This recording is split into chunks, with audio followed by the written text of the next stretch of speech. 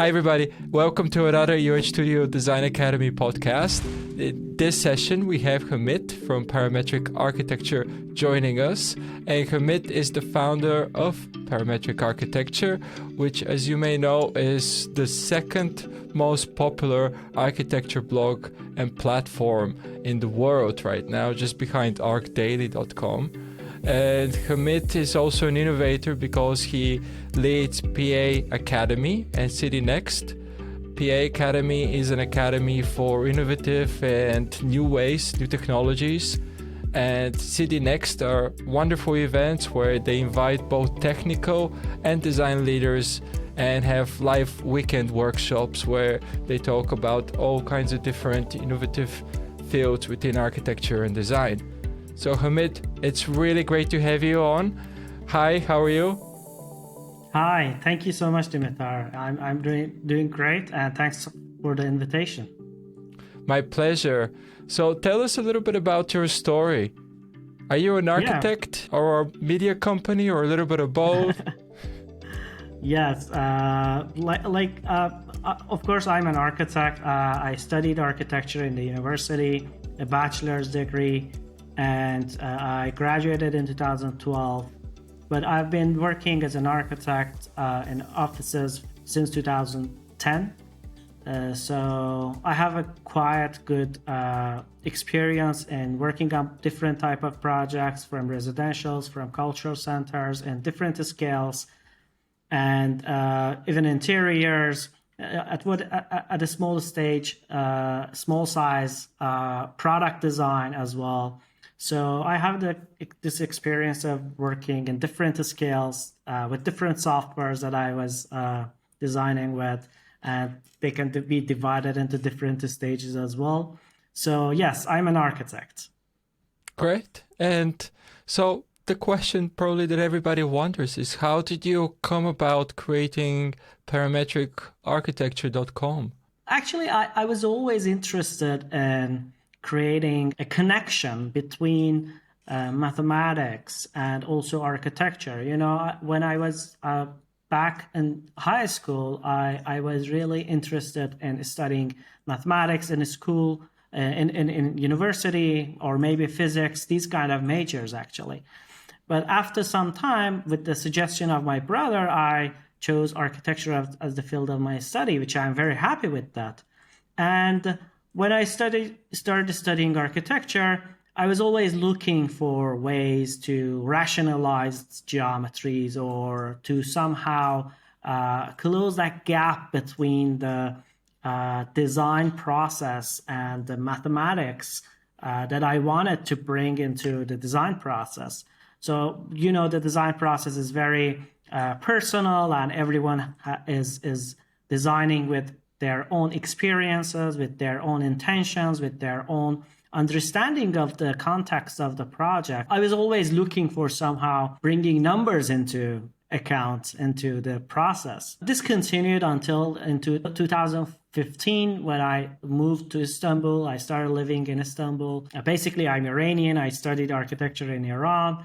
And when I started living in here, I had a little bit of curiosity on learning different software. So there was a time I was sitting in the office working on some projects, and there was something that I really wanted to model on 3ds Max, and I looked for it on YouTube. And in the YouTube, when I was watching the video to find my answer, there was a suggestion tabs.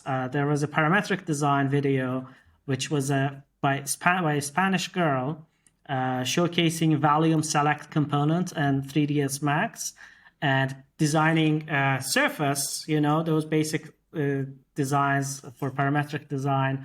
It was a surface, and this girl was moving an object on the surface. There was a couple of holes with circles and also with squares on it, and wherever the object was getting closer to any of these surfaces, they were getting smaller or bigger. You know, the attractor point on parametric design we have now in Grasshopper and other softwares as well. So it just got me interested. I tried to model exactly the same. I didn't know what she was talking about, but I replicated exactly the same steps, and I did created the same one on my screen. Then I thought maybe I can apply it in a shell or pavilion or something like that. And this is the point that actually architecture starts, when you see something, when you get inspired, and then you try to apply it into your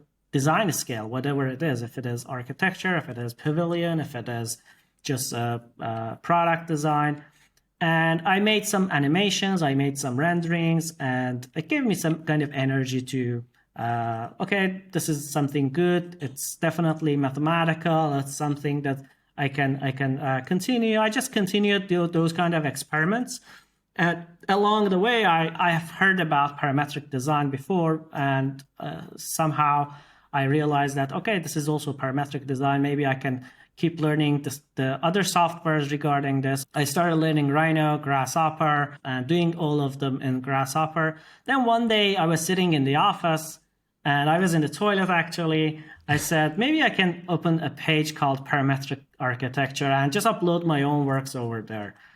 So I exited from my own account. I started with registering a new account on Instagram. Parametric Architecture was taken before.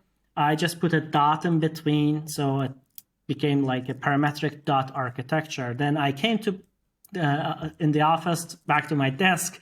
I started designing a logo. I made PA, Parametric Architecture. Then I made P bigger, A smaller. So this was the previous logo, very basic one. Then I uploaded a couple of the renderings that I had, and a couple of people followed with 2 or 3 posts. Then I kept posting once a week the renderings that I had, like the ones that you're doing or anyone else that now doing. As I was learning, I was reading many articles or learning softwares. I was also experimenting and publishing them on my Instagram. So there was a video that I uploaded when I had 30 followers. That video got viewed in less than 1 hour, 2,000 views, and it's still down there actually. You can go and watch it. So it was a facade. When the sun was hitting, the facade was changing, and regarding that, the shadows were moving, or it was creating an interactive space inside. So I uploaded that one. It gave me some kind of energy. Oh, I like this. I can continue this. Then by uploading one work every week, after 9 months, I had 10,000 followers actually. So I saw the hype, the interest, the attention that there was on top of over this parametric design term, or parametric architecture, or computational design. And I thought that I can maybe continue providing more information and knowledge about the things that I'm learning to the audience while I'm reading an article, or I'm designing something. I can share other designers' work as well. So that's not gonna hurt me. The moment I started being not selfish and giving back to the audience, to the community more, it started growing actually. So after 10K followers, I started publishing other designers' work, other architects' projects, starting with the famous ones. Then as I did this, I narrowed down this topic and started knowing other designers, other architects. I started connecting with them. They invited me to their offices. And also I realized in that period that all these amazing designers that are working about parametric design or computational design, everyone was doing their own thing, okay? There was not a community like this that could connect or publish these parametric design works on Instagram, or connect everyone together. So I realized that gap as well. There was lack of this kind of community. And what I tried to do was to get there and build up a community of parametric design and computational designers. And even on social media, all those works were published by the designers, they were not getting that much attention out there. Or, for example, they were getting published on ArcDaily or the Zine on the website, but not everyone was interested to post those kind of curvatures, the details of the projects, or the stunning patterns or the structures that are being produced by parametric design. So not every social media page was aware of this, or not every designer wanted to do that because they wanted to promote their work. No, why should I promote someone else's work as I'm practicing? So I started becoming less selfish. Okay, I was a computational designer, but I wanted to share your work, for example, because I loved the idea of architecture, the idea of sharing good people's works. I was not becoming jealous or selfish of why should I publish and make this guy popular while I'm also a designer. I can get project for myself. So as I get away from this idea, the platform started growing. And after some years, we reached like 70K, 90K, 100K, 120K, and the platform started growing. On the way, I also wanted to build up a brand that is a media company and also focused on providing tools and technologies for the people who wanted to learn about these tools. And I started also opening other media channels on LinkedIn, on Facebook, on Twitter. We established a company. I also opened the website. So I was aiming to create a library of good parametric projects. So whenever you are looking for some inspirations, you can go there and you can check what other people have done. Just only parametric projects, like computational and parametric projects, because you can go, for example, to other websites and you can find so many other unrelated projects to your scene as well, to your agenda as well. But in here, we wanted to create a great library of projects that have been designed by these tools and also fabricated by the new methods of fabrications like 3D printing or CNC milling or robotic fabrication, let it be anything, hot wire cutting or any kind of these kind of projects. So after some years, and I did it with my own passion. I was working as an architect in a company, and I was doing this as my old side hustle or side job without gaining any money. So beginning of the opening of the page from March 2016 and until 2020, I had zero income from the platform, like zero, like even not a penny. There was a couple of promotions like $50, $100, but that couldn't be considered as the an income that you could rely on. Then after 2020, everything changed. By the start of the pandemic, I was working as an architect. Then something happened. We had to separate our ways. If you want me to go into the details of those parts, I can go for sure. But from the beginning of the pandemic, we started becoming a self-sustained company, and I started applying some business strategies that I can also go over it if you want me to go with the details. After almost 3 years, we have a core team of 6 people and also a couple of writers, freelancers working with us, with a total number of 15 people focusing on PA.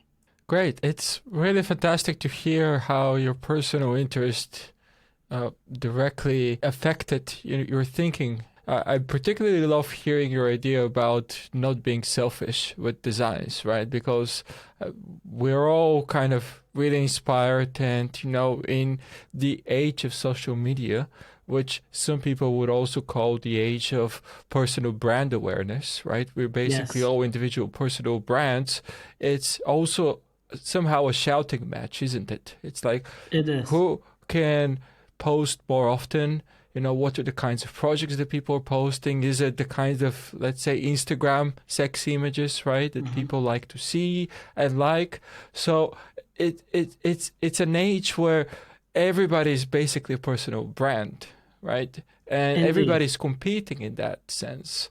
So it's really wonderful to hear how what you were saying about being a little bit more open about understanding other people's ideas and posting those on your social media presence. Exactly. So that was the turning point, actually, when maybe you don't realize on the spot, but maybe if I would work as an architect, maybe I'm not a good designer, I'm not a perfect designer, but I like the ones that are really designing good. I like Mamamani's works. I like Tedeschi's works. I like other talented people's works as well. So I want to share them. I don't want to be feeling competing with them or something like this. So as I started feeling this way, it already changed. I was giving them so many things that not every platform is giving. So this also made our brand to go higher, our brand to be recognized by multiple good designers, and also we gained a huge number of audience. Like for 4 years, I blogged and gained audience. So that's not easy work. So without working with another company and doing this as a passion, I did 4 years with nothing, no income to collect audience. That changed actually to paying off as I started becoming full-time in the platform, beginning of the pandemic. By the end of almost mid 2019 that I was working in a company as an architect, and also I was managing their social media, I was getting offers from my boss, my managers that, maybe we could do something together to be involved in the PA or somehow to be on board, do this together. At that time, I had no idea about the future of the company, but I wanted to. I had some visions about it. I was not sure if it's gonna work or if it's not gonna work.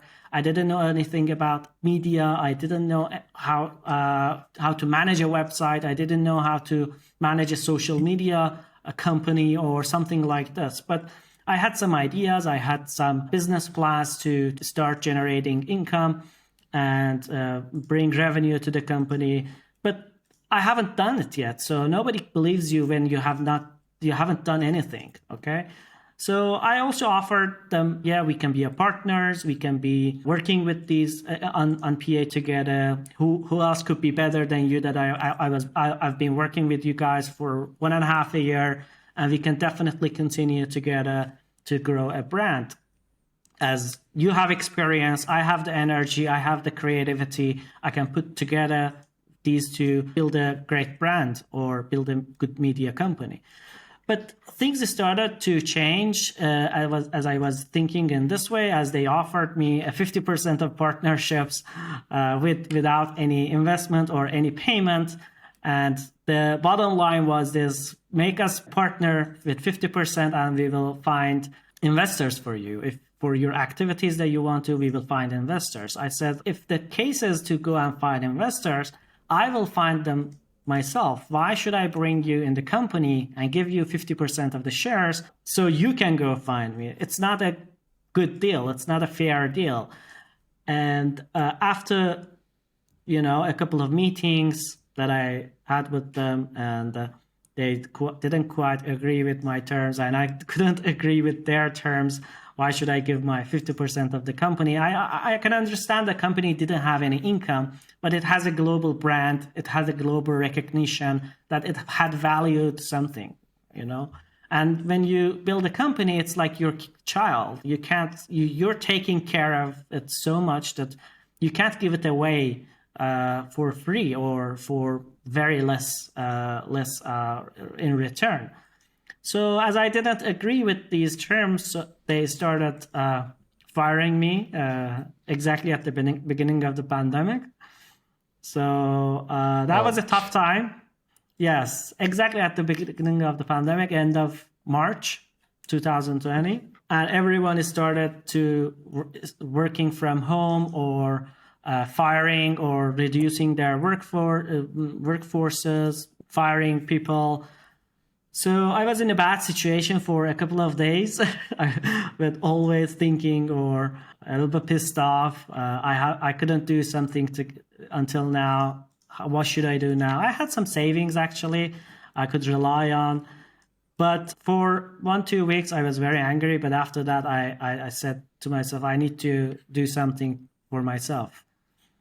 And even I called my accountant to close the company that I established in 2018. She was a really helpful person, and I always appreciate her guidance and advice. She told me, Hamid, just listen to me. You have worked for everyone else for 10 years, and this is the first time that you have time to put full time in your own company and just do your own thing.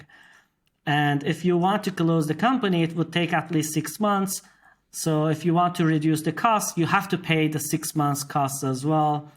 And just try to do something for yourself for 3 months. If it didn't work, I will close the company for you. So she guided me a lot on this. I appreciated her advice.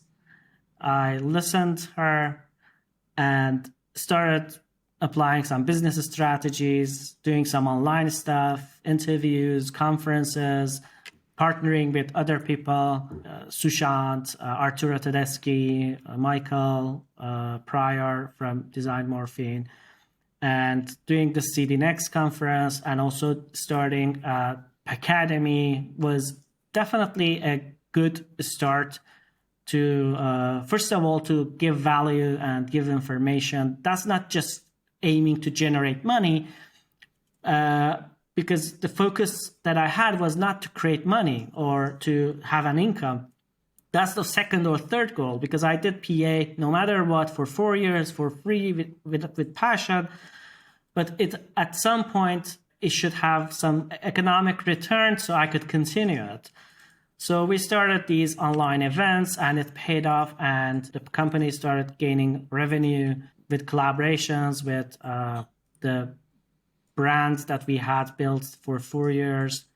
And people, when we released the CD Next conference or Academy's workshops, people were just very excited to see something from PA, the first conference that we had, almost like 400 registrations with from all over the world, and it started paying off. And I worked for 1 year for myself, and then started hiring other people, and now we have really a great team in our company after 4 years, 3 years actually. It sounds like, first off, a very hard moment during the pandemic. I think that the pandemic affected a lot of people career-wise and otherwise as well, myself included. We moved countries during the pandemic. And so, but it's wonderful to see how sometimes we need something, right? To kind of almost hit us in the face, to take that bold next step that you always feel like inside your heart that you might want to take. And it might be almost good that it happened, because otherwise you might still be working in that company and not have parametric architecture become what it is today. So I'm personally, I know many people have also been affected, with perhaps family members and so on with the pandemic, including my grandfather who passed away. But I'm sorry. Very thankful about the opportunities that it gave me, because it's a really big punch in the face in a way, isn't it? Okay, you have a choice to make and you have to make it now. Usually it could have taken 5-10 years to be able to come up with the same decision that we were forced to come up with in such a short period of time in that respect. So I'm also grateful for you that happened, for that, to be able to create parametric architecture into what it is today and what it's becoming. Thank you. Thank you so much. That's exactly what you mentioned. That in Persian, we have a term, tawfiq ijbari, which means something bad happens to you, which you think it is bad, But as you have no control over it, it turns out to be something good. So that's exactly what happened to me. I was, even if they would accept my offer to be partner, I was asking for a very little money to give my 40% of the company. They were asking for 50. I was proposing 40. So I'm really thankful that they didn't accept. Really. Yeah. I just think that way. Like now we're very, very in better place, better position. And I'm very thankful of that. So you talked about the value that you were trying to almost sell to your previous company that you worked for. And perhaps there's a level of disconnect when it comes to understanding the value today for a newer generation and what it means for a brand or a company than what value meant before, which was, let's say, experience. So it's interesting to hear your perspective on that, because it feels like what value is today has significantly changed. And if brands want to really adapt to new technologies and new audiences, they have to kind of get on board and understand that new value that perhaps didn't exist 5, 10 years ago. Exactly. In terms of, if your point is on media, I can divide this into two sections. If you're talking about the media part, or if you're talking about the architecture part. Definitely for the media, and now these online platforms has made everyone to be a media company. Like you don't need the X magazine to come and publish you so you can gain exposure, or you can gain notoriety, you can gain fame to do something or raise your brand. Now you can just start a TikTok page, or you can start an Instagram page and start promoting your products, your creativity, whatever you're doing. Now we're in a position that we don't need the media or the magazines to give you a recognition or something like this. Everyone is now a media company. The effect of social media in this was huge, and definitely it's a considerable amount. We have seen so many architects popping up out of nowhere, becoming a famous or well-known or award-winning, just posting on Instagram, or just posting on TikTok or LinkedIn. And this definitely is a considerable amount. And after the rise of, especially on Instagram, it had a huge impact on the general understanding of who is a good architect, who is bad architect, or who is famous or who is not, based on the number of the followers or these kind of stuff, which is definitely a wrong thing to evaluate or measure one architect's goodness or badness. We saw this gap as well. Now we have run a studio workshop called Social Media for Architects and Designers, where we're going to talk about this deeply, how architects should use social media for their own personal branding and building up a good portfolio on Instagram or any social media and website. But definitely it had a huge impact on PA's growth. Like Instagram was basically the first and one of the most successful channels that we had. And based on that, we built our brand, we hired, we settled, we expanded our business.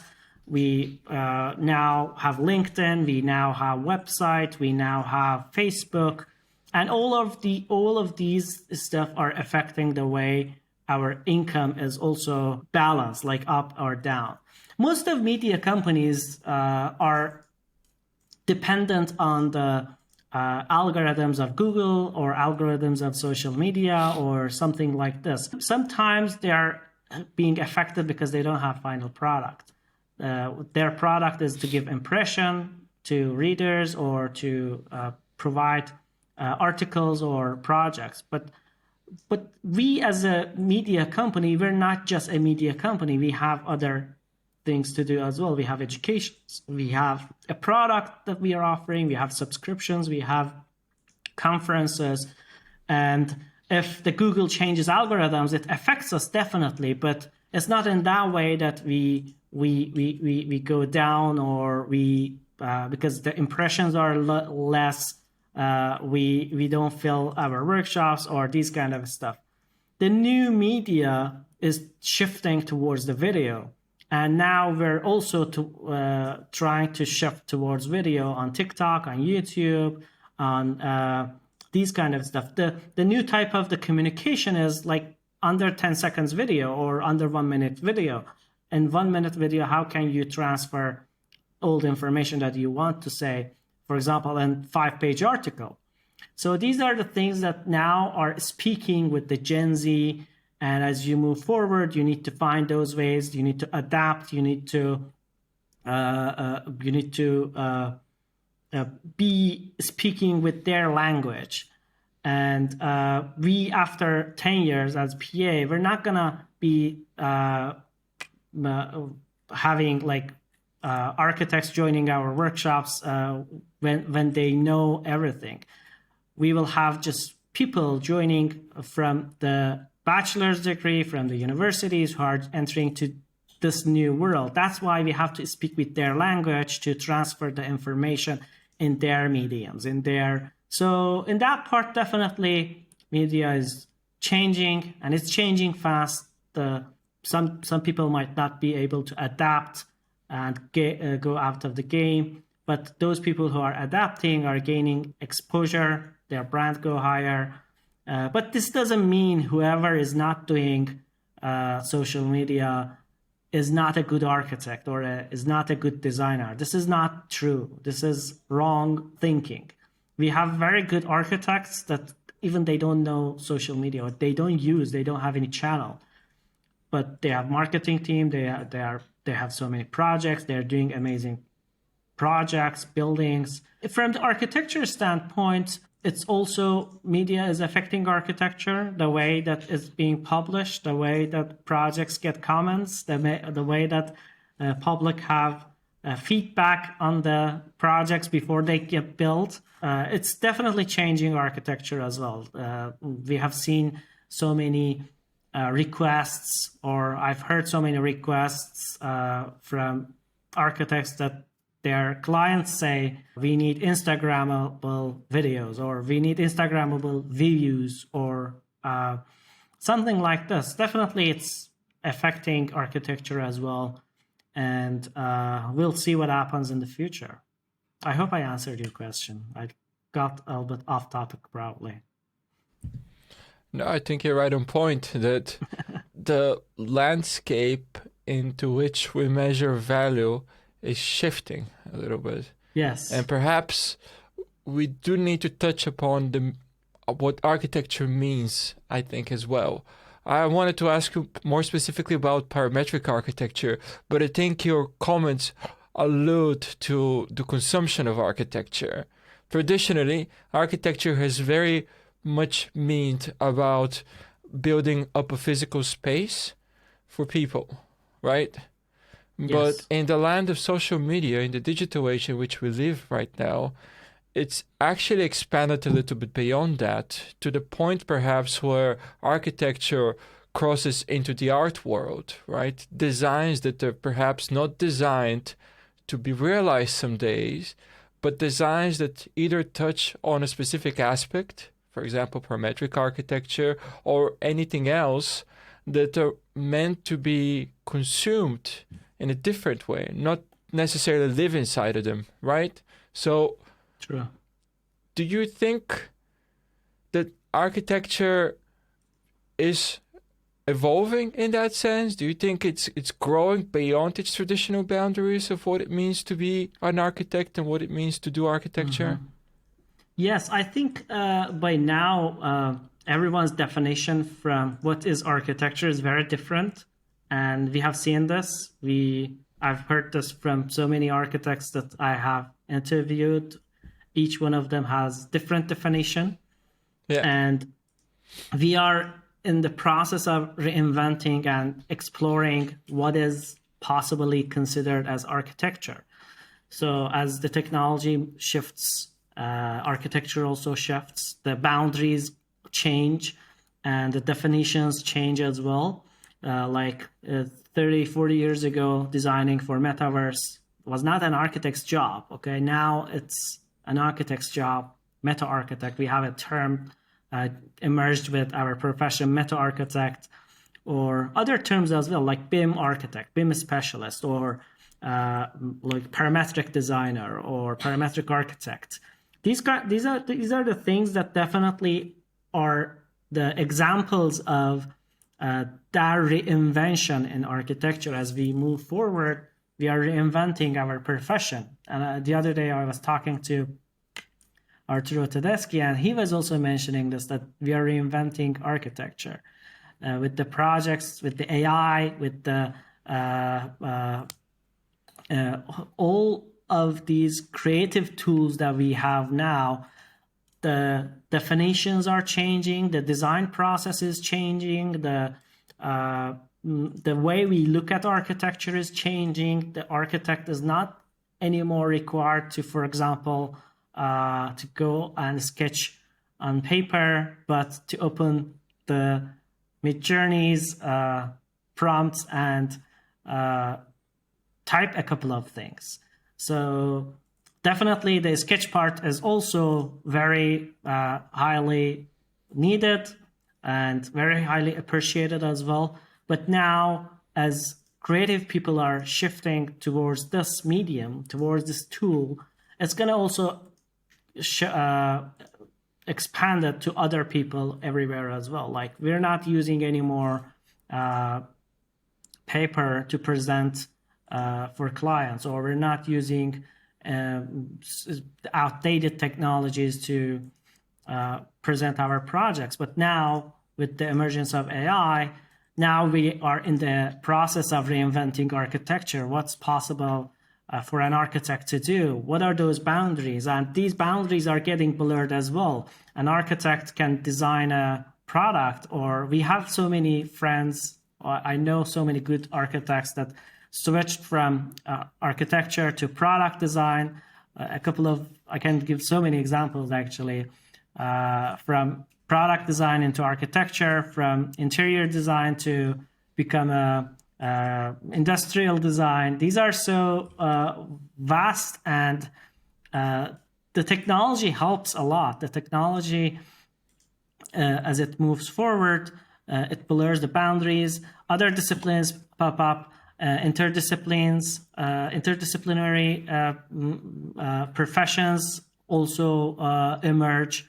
For example, with the rise of robots, or let's say 3D printing or robotic arms, there are specialists needed that both know architecture and both know how to work with the robot. In case of 3D printing, it's the same.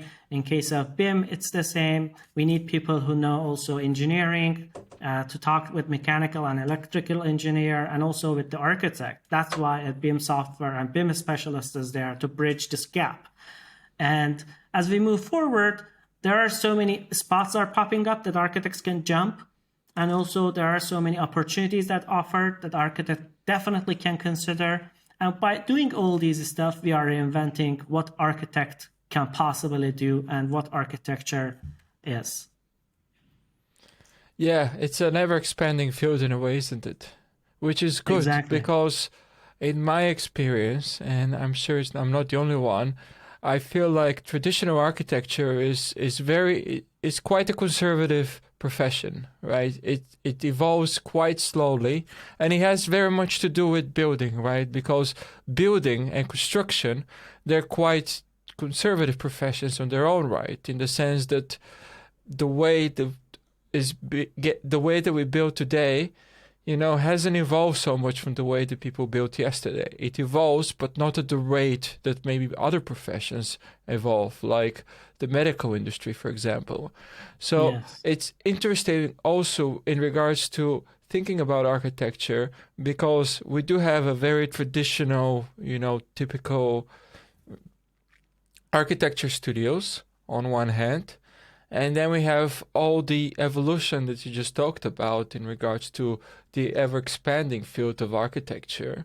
And there, some like Arthur Mamamami that you mentioned, and many others like that, that kind of try to bridge that gap and, be involved in both ends of the spectrum. I really appreciate people like that, because many people, they're so involved in maybe their traditional practice that they don't maybe think about the evolution of what it means to kind of expand into new fields into it. So Exactly.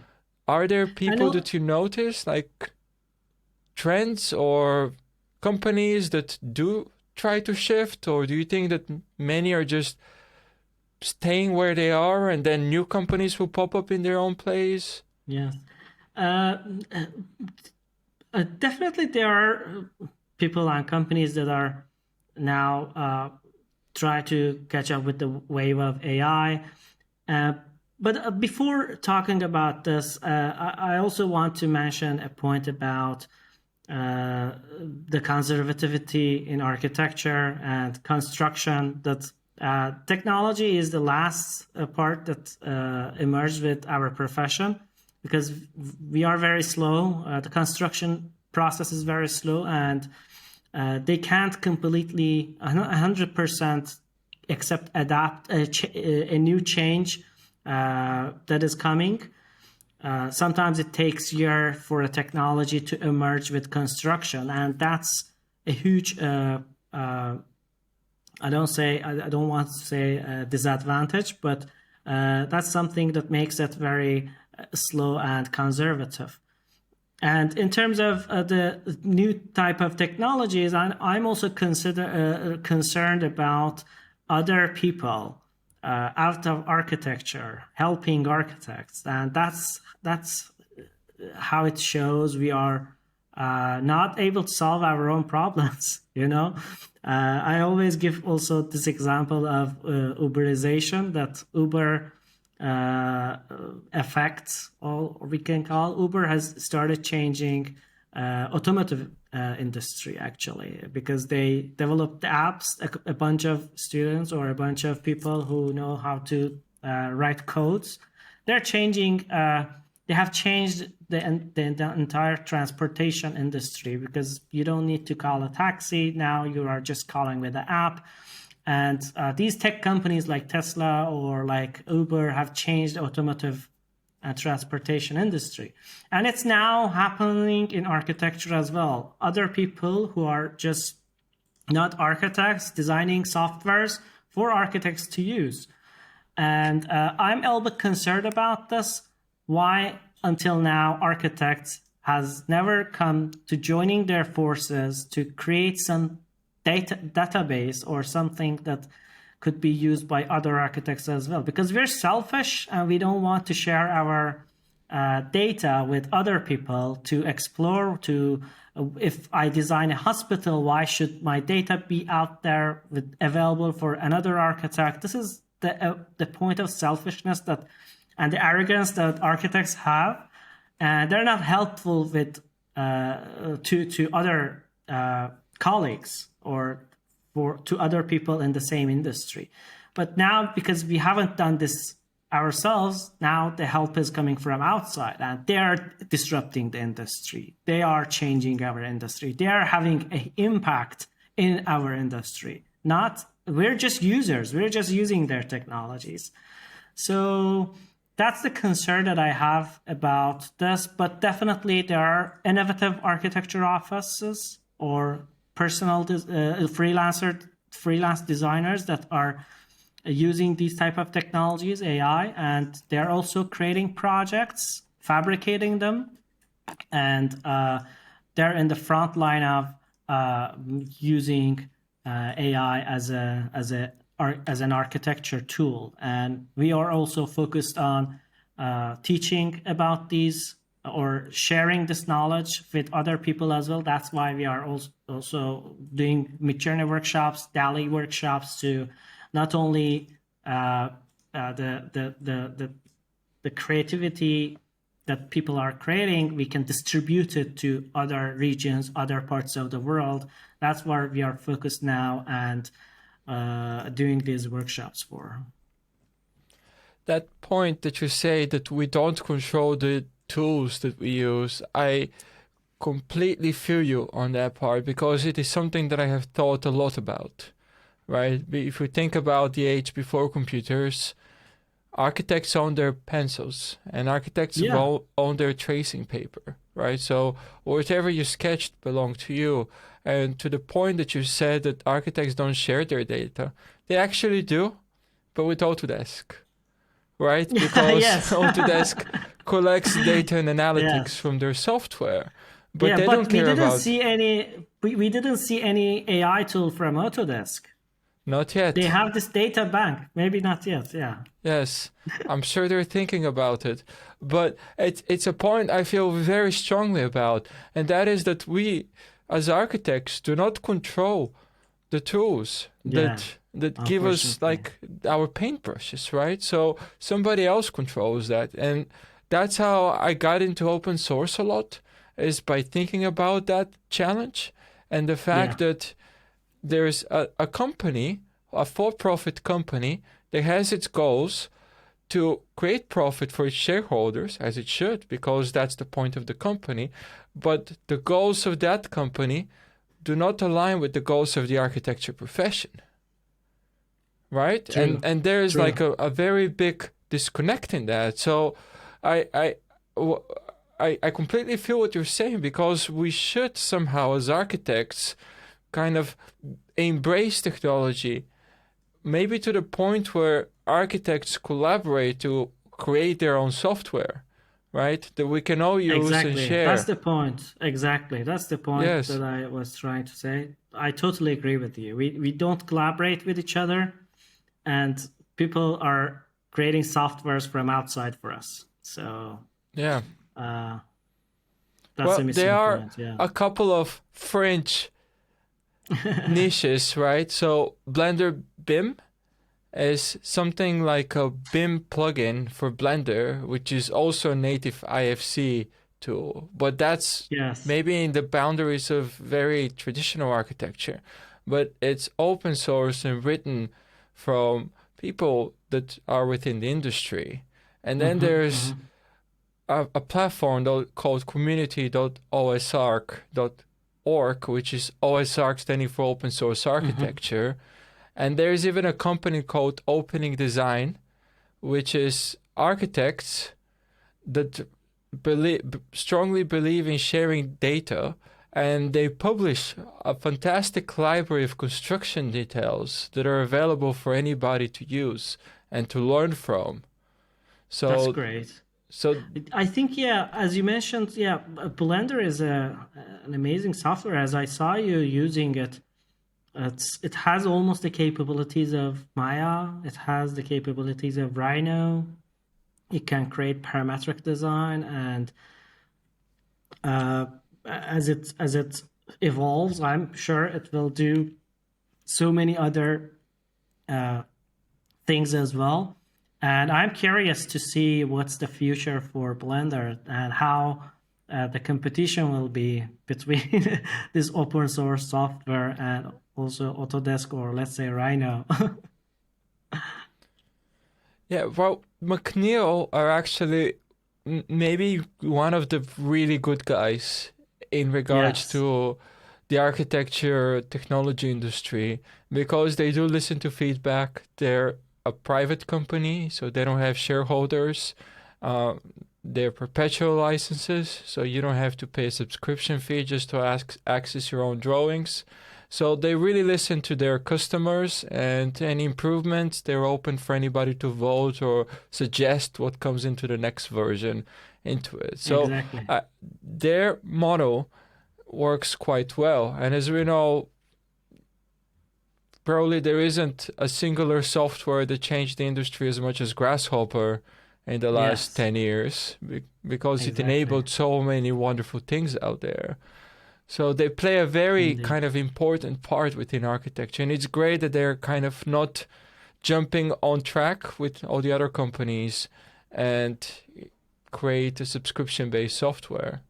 Exactly, and it's also interesting to hear about their story as well. I had a discussion with Robert McNeil, the founder, and Yeah. he told about where they started, how they started, how they choose the names, how they started Grasshopper, and it was a really nice. It's really good to hear for whoever is using Rhino Grasshopper. It's really useful information. So many people had question where the name Rhino comes, and he just replied. So it's very nice to. I totally agree with you. Grasshopper, Rhino, or McNeil have a little bit better point of view on that, rather than creating a subscription that you can access your own drawings. They are giving the license, and you can use it with no limits. So I totally agree with you. But Blender as an open source, I think it's the toppest, the best thing that a software company could do. And we may see Blender used in the offices in the future more, actually. I certainly hope so, because it provides a tremendous amount of value for architects, for designers, for anybody that wishes to explore digital design a lot more. And that's kind of one of my purposes is exactly that. It's showing people what Blender is capable of, more specifically on the parametric side of things. But there are also other people that are showing it on the BIM side of things, or more traditional architecture side of things. Exactly. No, I think I knew about Blender before, but I didn't know that much detail as I started knowing you. So you were the one who introduced more features for Blender to me, actually.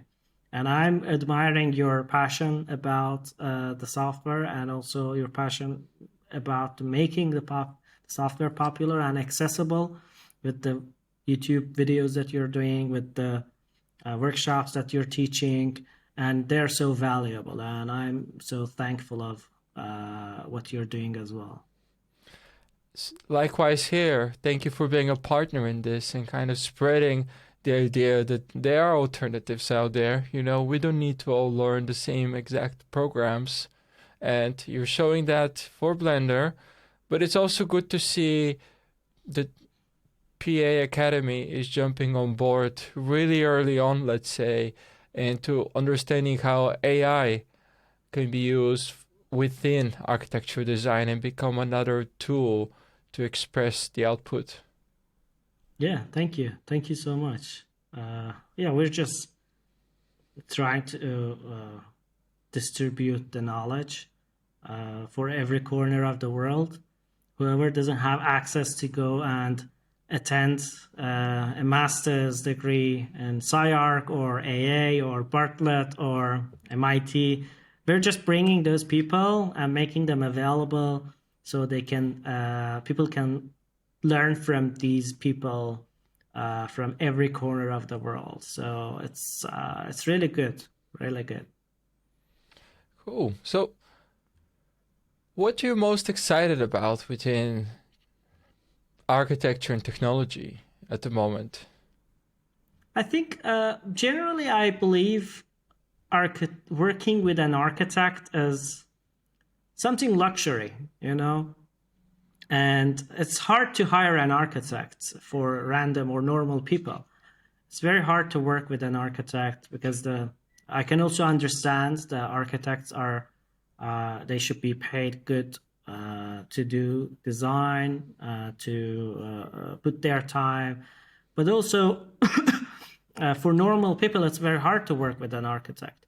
But I see the future that with these tools that are emerging, with AI tools, 3D printing, it's much more going to be accessible for normal people to work with an architect and to build their projects much faster and with much more sustainable ways. And these housing projects that are emerging with 3D printing technologies and 3D printing companies are really great opportunity, are offering great opportunity for people who want to have a very cozy and a very good house. And there will be definitely 3D printing companies offering buying a house will be as easy as buying a product on the internet. My vision is also these companies will be offering different type of housing projects with different time of printing, with different style or different styles from architects. For example, this is a design by Zaha. This is a design by Frank Gehry. Just giving an example, this is a design by Dimitar. And this project is going to be printed in 1 week. If you want Dimitar, it's going to be 10 days. If you want Zaha, it's going to be 12 days. The costs will be different. And the technology is moving, I think, forward in that way to decentralize the knowledge of design and also the knowledge of fabrication. So everyone could have a Zaha style house, for example, a Dimitar style house, and they can live inside those things. This is just one of the visions that I look forward to see in the future in architecture and our profession, but definitely we are looking for other opportunities as well. And metaverse is one of them. Product design is one of them. And building in space is one of them that we are so focused on it as well. How architects can focus on space architecture and design habitats for outer space, for other planets, for stations, for if you've seen those movies or they're all offering those sci-fi movies. They're all offering super futuristic interiors, super cool architecture. But when you check the space station, International Space Station, it's all very mechanical, all those interiors. It's so hard to live inside those things. Psychologically, you just living in a machine, right? It's not an architectural space. It's not mentally helpful to live there, for example, for a year, for 6 months. So I think architects should consider about space architecture more as well, as I have the same type of discussions with Valentina, with Javier that we had him in the panel discussion as well, with Melody, all these space architecture community. And there's a gap there that architects need to fill that gap as well. But for future, definitely, as the technology is emerging, the definitions for architecture is changing as well. And it's going to be more accessible for people. We're going to live definitely in much better houses, much better environments, much affordable ones maybe. And we as architects definitely should consider about the cost of design, the cost of lowering about the cost of design, the cost of fabrication or construction. And because not everybody is living in high quality spaces or high quality architecture. And definitely we should consider about these things for future. And it's not just about designing complex architecture or complex spaces. I think thinking about designing of more optimized plans is much important than designing much complex spaces, actually. And we as architects, this should be our goal to also serve normal people as well. Well, it's good that you mentioned that, because I was also thinking in the back of my mind, rapid deployment of architecture in disaster relief zones, right? Like with the earthquake, with what's happening, or with war-torn zones, and how can the new advances in architecture how can the new advances scale the design capabilities up to be able to rapidly deploy new structures, new housing for all those people? Exactly. Like the earthquake that happened in Turkey a month ago around border of Turkey and Syria, it was very disastrous happening, and there was not good type of deployable or fast track housing projects to be developed or implemented right there. And there were some high quality projects that was brought from some European countries, but the local ones were normal tents, and this could be much more high quality space and much faster, much better, much well designed, and it helps a lot in these situations actually when people have lost everything and they're now living in those small structures, let's say tents, for how long? Yeah. This is very annoying. I mean, it's very sad and annoying. So we don't have, as architects, we don't have solutions for these. We say we have, but we don't. Yeah, because it needs to involve a lot more than just architecture, Yes. doesn't it? It's about policy Yes. making and the construction industry Yeah, on board budgets, together. economy. Yeah, that also affects a lot, but yeah, as architects, we don't have the power as well, you know. We are always dependent on the clients, on the money, on the like. It's not just sometimes our duty to do something for ourselves. Like we should collaborate. We should expect for budgets. We should expect for confirmations. Verifications, these kind of stuff. So it just shows that architects have less power in the growth of a society as well, actually. It's definitely a changing industry in Yes, regards to the impact of society. exactly. Right. Exactly. That's true. So to wrap up, and this is a question that I didn't include in the notes, but I'm just thinking about it now. So what are the next steps for parametric architecture? If there is anything public that you would like to share, is there like a vision or something new that's evolving? Yeah, of course. Like at PA, I always had this concern of education, how it could be decentralized and how it could be much more accessible because the people we also bring as instructor, we also pay them as well. So I myself, I wanted always to learn some stuff, some new things from the famous people that are out there, but I never had the chance, actually. This is one of the basic ideas that why I created Academy.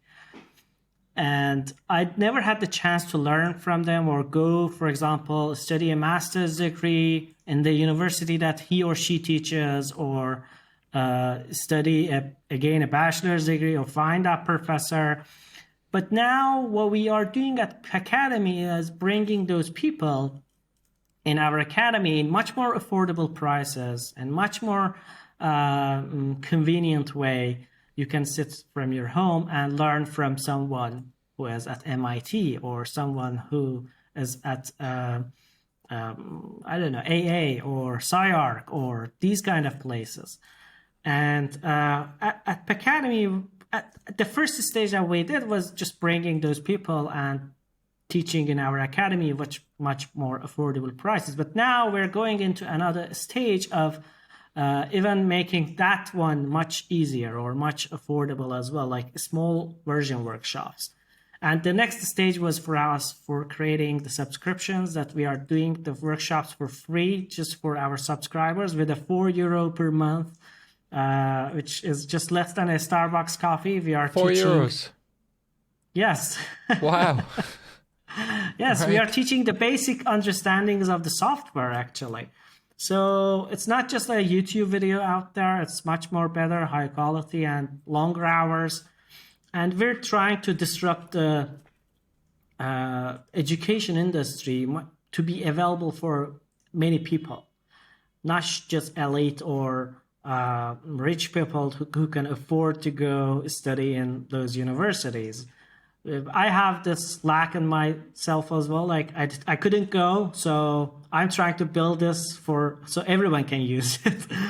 So I'm not designing anymore. I'm not shifting. I'm not thinking to move towards that again as well.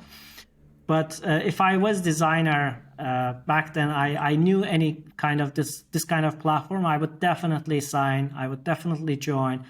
And this is one of the visions that we have at the academy. But for PA generally, we want to become a platform, and we are now a platform, but we want to become the most reliable platform to learn the new tools and technologies, whether it could be by generating an article or by writing about a project, by criticizing a project to make the future of architecture better, or whether it could be by holding a conference or doing a biennale or doing a workshop or talking to people, creative people like yourself, or any type of medium or any type of the communication and style that we require. We definitely want to use them to make these tools and technologies available and accessible for everyone.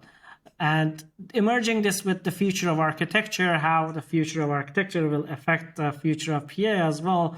These tools and technologies are changing architecture. And together with that, PA is also changing, trying to adapt and evolve, and to reach more people, to reach,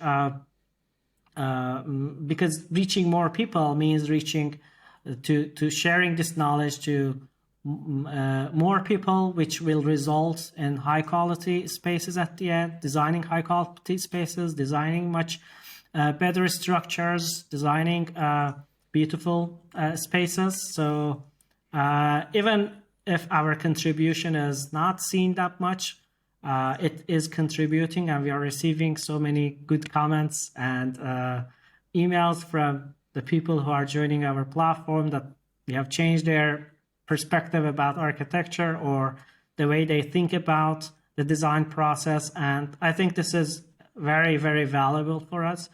And our audience is one of our first assets that we have. My team is our second asset that we have, and we are all at PA trying to move towards that vision. That's fantastic that you could just answer that question.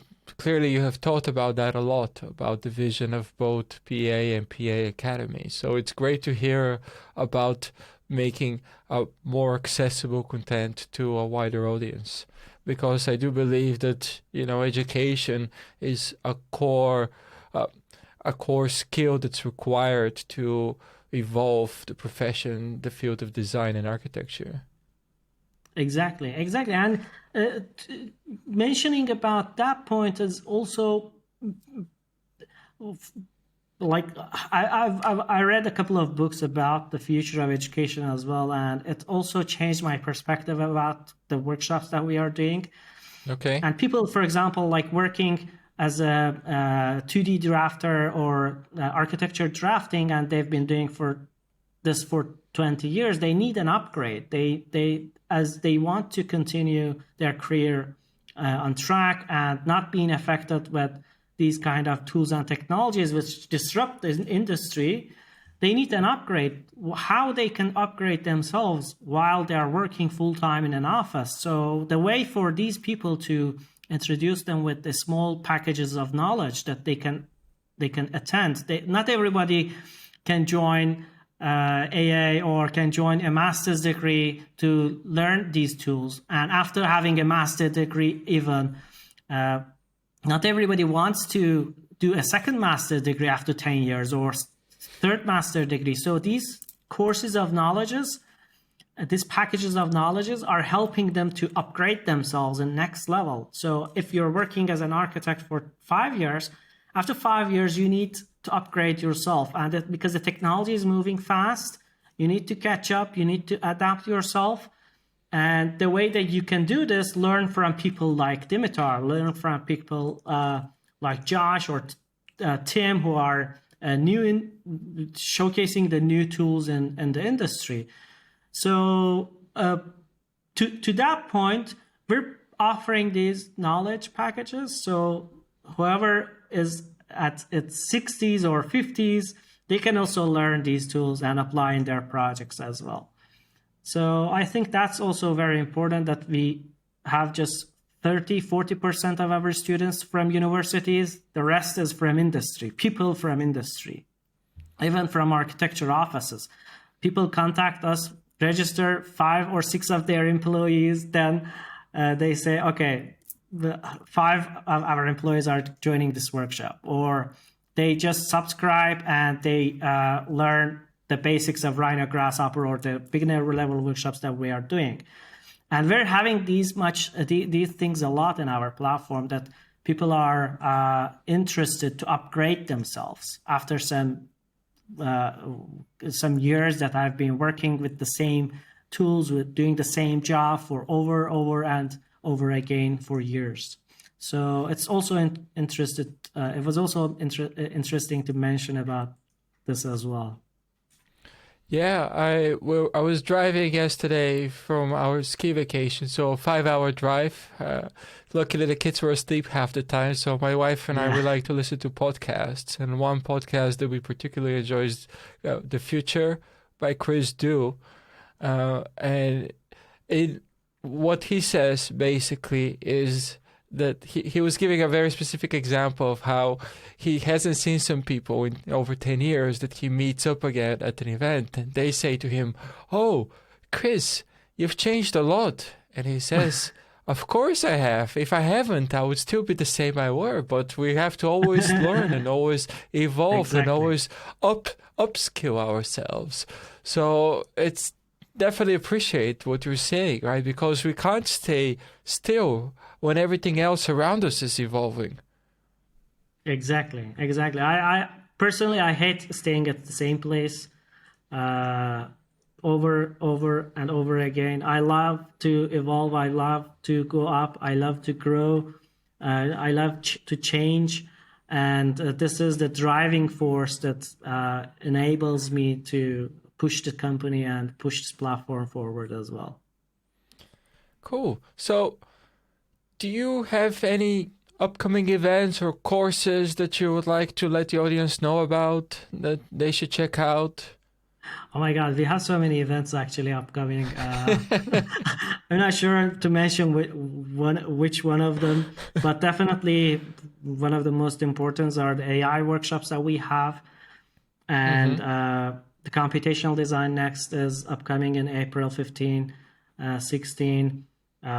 The Grasshopper workshops that we have, the Revit workshops that we have, and also the important workshop that we are doing ourselves, social media for architects and designers.